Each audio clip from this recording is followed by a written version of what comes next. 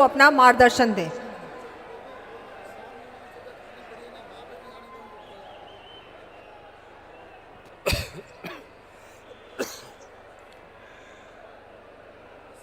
ये पुलिस के कमिश्नर या डिप्टी कमिश्नर जो भी कंसर्निंग हो यहाँ सुन रहे हो, मुझे लगता है यार प्रदेश अध्यक्ष जी ने कहा है, आदरणीय सांसद महोदया ने कहा है, सुनाई दे गया होगा अगर आपने न सुनने की ठान रखी है, अगर नहीं हो तो।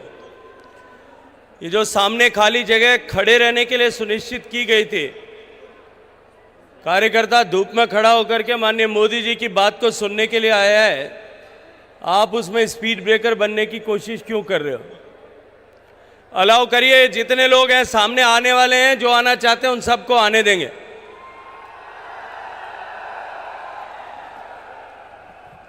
बोलो भारत माता की। भाई आज है हमारे नहीं समझ में आवे थेड़ी मूर्ति बोलो जय, तो आप पुलिस वाला ने भी समझ में नहीं आवे। इस छोर से लेके उस छोर तक जयकार की आवाज आनी चाहिए और सारे हाथ ऊपर दिखाई देने चाहिए। पूरी ताकत के साथ में मुट्ठी भींच करके बोलिए भारत माता की, भारत माता की। बोलो तेजाजी महाराज की, बोलो रामसा पीर की। मंच पर उपस्थित भारतीय जनता पार्टी के आदरणीय प्रदेश अध्यक्ष सीपी जोशी साहब, मंच पर उपस्थित नेता प्रतिपक्ष आदरणीय राजेंद्र राठौड़ साहब, उपनेता प्रतिपक्ष आदरणीय डॉक्टर सतीश पूनिया जी, मंच पर उपस्थित सभी सम्मानित वरिष्ठ कार्यकर्तागण और लाखों की संख्या में राजस्थान के सुदूर कोने से, ढाणियों से, गांवों से, राजस्थान के हर एक बूथ से चल करके आए हुए मेरे सभी कार्यकर्ता बंधुओं बहनों, आप सबका मैं स्वागत करता हूं, अभिनंदन करता हूं। मित्रों, मैं आप सबका अभिनंदन इसलिए भी करना चाहता हूं कि आप सभी कार्यकर्ताओं ने राजस्थान में परिवर्तन के संकल्प को सुदृढ़ करने के उद्देश्य से भारतीय जनता पार्टी के प्रदेश अध्यक्ष आदरणीय सीपी जोशी जी के नेतृत्व में जो 4 कोनों से यात्राएं प्रारंभ की थी, उन यात्राओं को यशस्वी बनाने, सफल बनाने में भारी परिश्रम करके एक परिवर्तन के संकल्प की नई ऊर्जा का सूत्रपात इस प्रदेश में किया है। मित्रों, ये राजस्थान की नकारा निकम्मी सरकार, ये किसान विरोधी सरकार, ये महिला विरोधी सरकार, ये गरीब विरोधी सरकार, ये युवा विरोधी सरकार, ये ओबीसी विरोधी सरकार, ये दलित विरोधी सरकार और ये जनजातियों के, वनवासियों के विरोध में काम करने वाली सरकार, ये भ्रष्टाचारी सरकार, इस सरकार को उखाड़ फेंकने के संकल्प को लेकर के भारतीय जनता पार्टी ने जो यात्रा की थी, उस यात्रा का समारोप करने के लिए आज हम सब यहाँ एकत्रित हुए। लेकिन मैं ये मानता हूँ कि ये समारोप का कार्यक्रम नहीं है। अभी तो माननीय नरेंद्र मोदी जी की पावन उपस्थिति से, उनके एक एक शब्द से निकली हुई ऊर्जा से इस परिवर्तन के संकल्प को और अधिक सुदृढ़ करके, इस विश्वास के साथ में, इस संकल्प के साथ में कि जब तक इस नकारा निकामी सरकार को उखाड़ करके न फेंक दें, तब तक न रुकेंगे, न थमेंगे, न थकेंगे, न झुकेंगे। भारतीय जनता पार्टी के कार्यकर्ता को एक नई ऊर्जा को लेकर के, एक नए संकल्प और विश्वास को लेकर के यहां से जाने के लिए आज का कार्यक्रम आयोजित किया गया। मित्रों, ये सरकार, क्योंकि चारों को दिशाओं में राजस्थान में सब जगह पार्टी ने जो सौभाग्यपूर्ण अवसर दिया, पिछले इस लगभग 1 महीने के कालखंड में राजस्थान के सभी दिशाओं में जाने का सौभाग्य मिला है और राजस्थान के सभी जिलों में हर एक विधानसभा क्षेत्र में ये आवाज मुखर होकर के निकलती है कि अब की बार चुनाव में राजस्थान की जनता इस सरकार को, वर्तमान सरकार को उखाड़ करके फेंक देना चाहती है। मित्रों, ये आवाज जो राजस्थान के जन जन के हृदय से निकल रही है, इस आवाज को वोटों में घनीभूत करने के लिए भारतीय जनता पार्टी के कार्यकर्ता को संकल्पबद्ध होकर के काम करने की आवश्यकता है। अभी क्या बात कर रहे थे आदरणीय डॉक्टर सतीश पूनिया जी कि अभी पिछले दिनों में कांग्रेस के जो कार्यक्रम हुए उन कार्यक्रमों में किस तरह के हालात थे और उन हालातों के मद्देनजर अब पिछले 3-4 महीने से कांग्रेस की वर्तमान सरकार को भी यह समझ आने लगा है कि अब हमारी सरकार जाने वाली है। हम क्योंकि कोई भी डिलीवरी नहीं कर पाए इसलिए हमारी सरकार को बदलने का जनता ने मानस बना लिया। लेकिन उसके बाद में अब सरकार ने अपने आप को बचाने के लिए अनेक तरह के हथकंडे अपनाने शुरू किए, अनेक तरह की थोती झूठी घोषणाएं करना प्रारंभ किया है। पहले बिजली को लेकर के घोषणाएं की कि बिजली हम मुफ्त देंगे, लेकिन किसान बिजली न मिलने के कारण से अपनी फसल को जलते हुए देख करके खून के आंसू रोने के लिए मजबूर हुआ है। ठीक उसी तरह से इन्होंने जो है ये वादा किया कि हम घरेलू बिजली देंगे, लेकिन पिछले 3 महीने से जब से 100 यूनिट बिजली फ्री देने का वादा किया था तब से गांव के ढाणियों के घरों से बिजली गायब हो गई है। 10-10 घंटे की बिजली अघोषित कटौती चल रही। ठीक इसी तरह से इन्होंने वादा किया कि हम मुफ्त गैस का चूल्हा सिलेंडर देंगे, 500 रुपए कम में सिलेंडर देंगे। माननीय मोदी जी ने 200 रुपए कम करके उस सिलेंडर की कीमत ही मात्र 900 रुपए से घटा करके 700 रुपए कर दी है। लेकिन फिर भी आज भी लोग इंतजार कर रहे हैं, ये सिलेंडर नहीं दे पाए। इससे आगे बढ़कर के इन्होंने अन्नपूर्णा किट देने का वादा किया।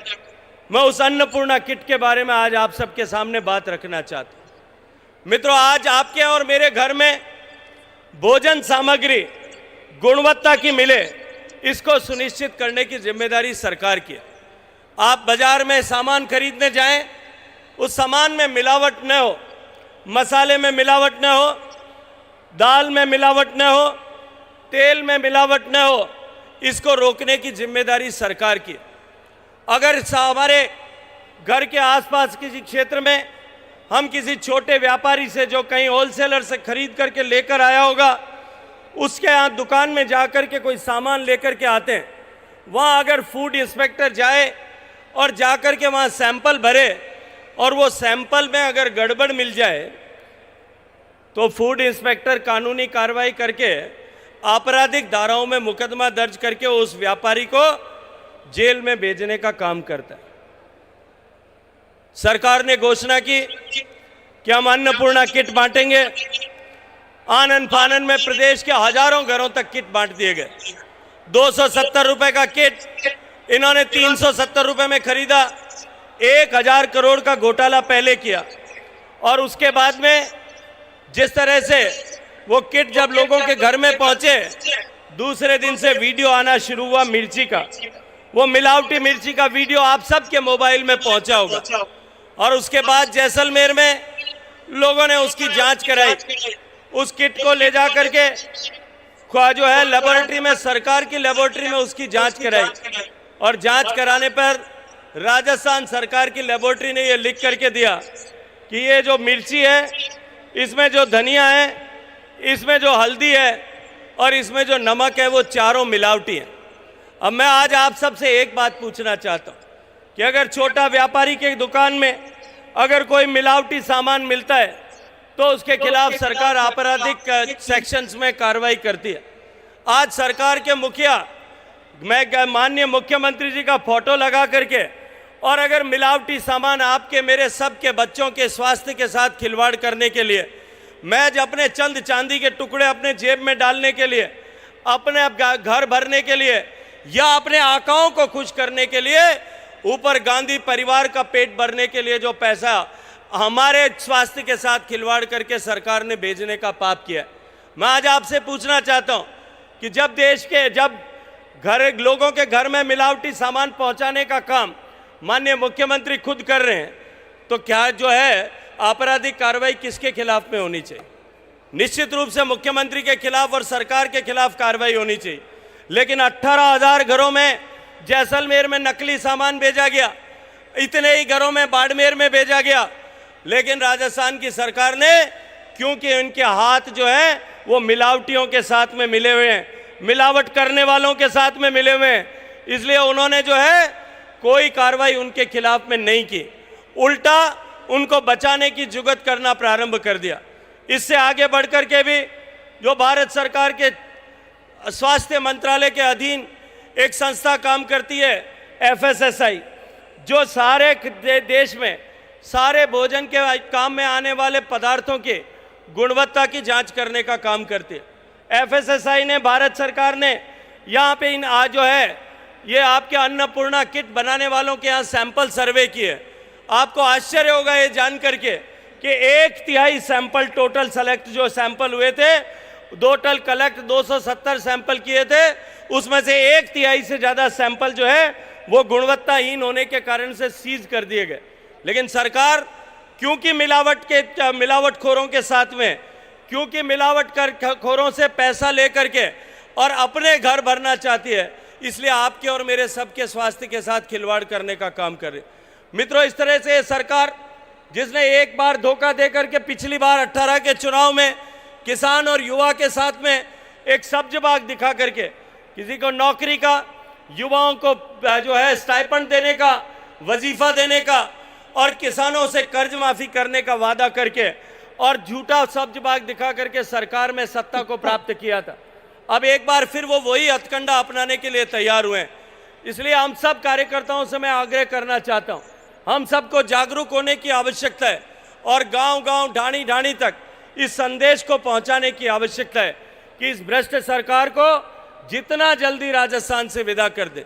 वैसे तो ये सरकार अब अपना संवैधानिक आयुष मात्र पूरा कर रही, क्योंकि 5 साल के लिए जनता ने चुना था और 5 साल अभी अगले 1-1.5 महीने में समाप्त होने वाले। लेकिन इसके अतिरिक्त ये सरकार आज जनता के मन से उतर गई। जिस तरह के हालात हैं, कभी कोई MLA सरकार के खिलाफ धरने पर बैठ रहा है, कभी कोई मंत्री सरकार के खिलाफ धरने पर बैठ रहा है, कभी कोई सरकार का मंत्री पद का दर्जा प्राप्त व्यक्ति धरने पर बैठ रहा है। मुझे लगता है ये अब सरकार नहीं, मात्र सर्कस जैसी रह गई है।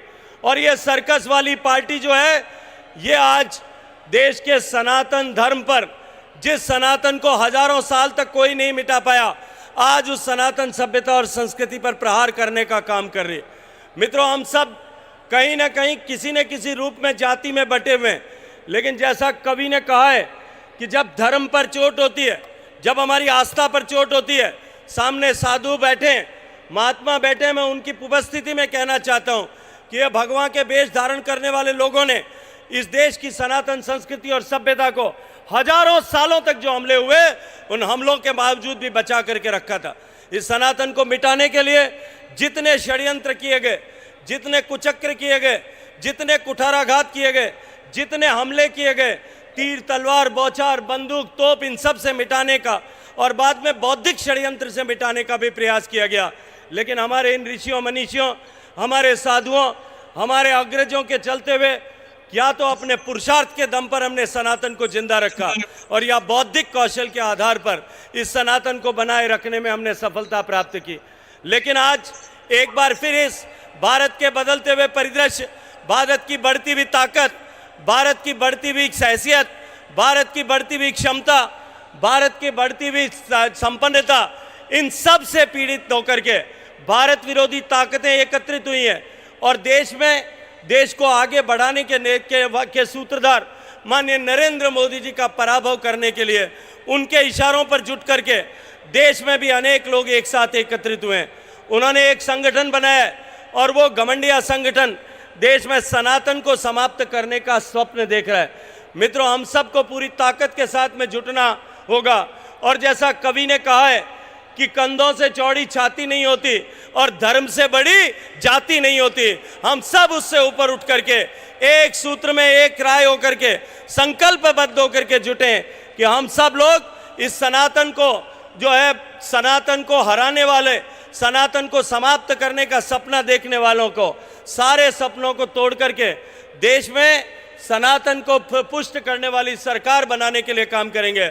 आप सबको इसी आशा और अपेक्षा के साथ में कि ये चुनाव केवल साधारण चुनाव न मानते हुए हम सब लोग पूरी ताकत के साथ में इस चुनाव को इन ऐसे सनातन विरोधी ताकतों, ऐसी भारत विरोधी ताकतों को एक स्पष्ट संदेश देने के लिए इसका उपयोग करेंगे। इस अपेक्षा के साथ में आप सबका अभिनंदन करते हुए मैं अपनी वाणी को विराम देता हूं। बोलिए भारत माता की।